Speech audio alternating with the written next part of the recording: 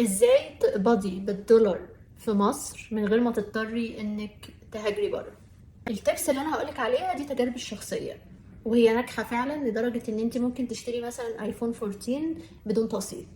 اول حاجه، مثلا لو انت الانجليش بتاعك كويس جدا، ممكن يا ستي تشتغلي في ترجمه المقالات الفوريه اونلاين، والساعه الواحده ب $25. في موقع اسمه سكرايبي، ده فكرته بتعتمد على ان هو بيجيب لك نص صوتي بالانجليش، فبيطلب منك انك تحولي النص الصوتي ده العربي، مقالة كده بالعربي، بعد كده بيحول لك الفلوس. نفترض يا ستي ان انت عملتي في الشهر $500. $500 يعني بالمصري كده 15000 جنيه، كأن انت دخلك في الشهر 15000 جنيه، لان الموقع ده اصلا عليه مقالات بالعبيط، بيطلب دايما مترجمين بشكل مستمر. الموقع ده كمان فيه اوبشنز تانية، زي مثلا التدقيق اللغوي، التصحيح اللغوي. مش شرط تكوني خريجة ألسن او لغات وترجمة، انت الانجليش بتاعك كويس دوسي في الموضوع. وفي ناس اصلا بتتعلم انجليش مخصوص عشان تشتغل في الموضوع ده. عايزه اقول لكم ان التصحيح اللغوي في الموقع ده ب $200، وطبعا الكلام ده وانت قاعده على اللابتوب كده في البيت.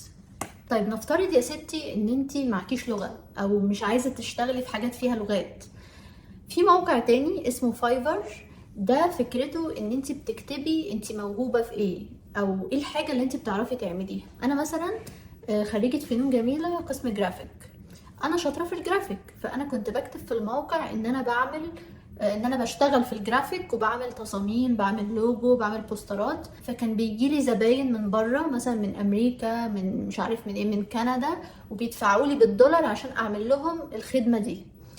طب ليه حد من امريكا هيطلب منك انت خدمه وما يطلبش حد من امريكا؟ ده عشان فرق التكلفه. يعني مثلا نفترض مثلا واحد عايز يعمل لوجو للمطعم بتاعه، هو بقى لو راح لجرافيك ديزاينر في امريكا ممكن يدفع له بتاع $400 في اللوجو، لكن لما يروح لحد من بلد تانية هيدفع له تكلفة أقل بكتير. ممكن مثلا يدفع لك $60 على اللوجو ده بدل ما يدفع $400 في أمريكا، لأن في أمريكا بياخدوا ضرايب، لكن لما الشخص ده يتعامل أونلاين الحكومة ما بتاخدش منه ضرايب. فهو ده فكرة الموقع، انت بتشوفي انت موهوبة في ايه أو شاطرة في ايه وتكتبيها على الموقع، وبيجيلك ناس بقى عايزة الخدمة دي. أنا مثلا مرة جوزي زمان كتب إن هو بيعلم عربي، فجاله واحد أفغاني عايز يتعلم عربي عشان بس يعرف يقرأ قرآن. ممكن مثلا يجيلك واحد هندي عايز يتعلم عربي عشان جاله شغل في الكويت مثلا.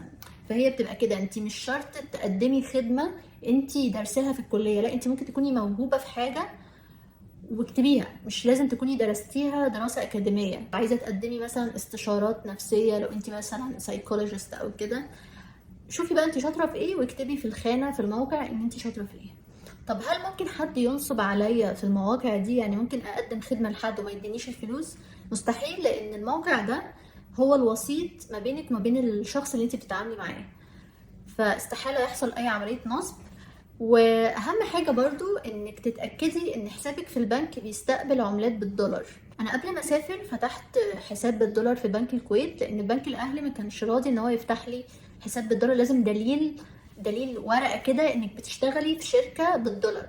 وده غلط يا جماعة، انت كده بتضر بالاقتصاد. يعني في ناس كتير فريلانسر عايزة بتشتغل اونلاين وعايزة تفتح حساب بالدولار عشان يجيلها دولارات من بره.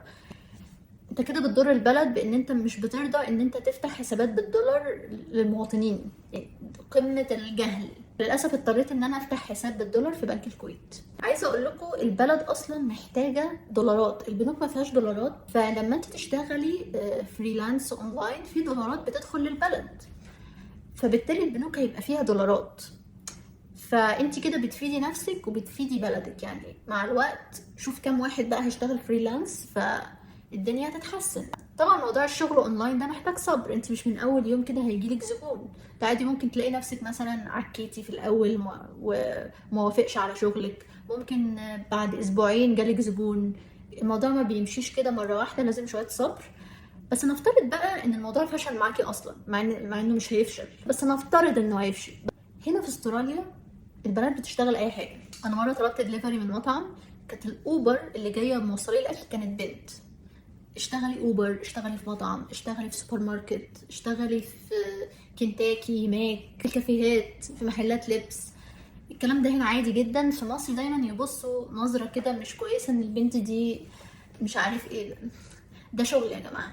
يعني انا نفسي النظره دي تتمحى. انا وانا صغيره قوي كان نفسي اشتغل الحاجات الجانبيه دي بجانب الدراسه، بس ما فيش عندنا الثقافه دي. انا بقى عايزاها تبقى موجوده. عارفين لو هي موجوده، دي مش بس، دي حرفيا الحاجات دي بتبني شخصيتك، يعني هتخلي عندك مسؤوليه، هتحسي بقيمه الفلوس، هتخليكي تصطدمي بالناس وتعرفي طباعهم وميولهم، هتبني شخصيتك. فكك من الناس اللي تقول دي بتشتغل مش عارف في كافيه، دي بتشتغل في محل، دي بتشتغل اوبر، دي مش عارفه ايه. دي ناس فاضيه اساسا وشحاته، فاركني كلامهم كده على جنب.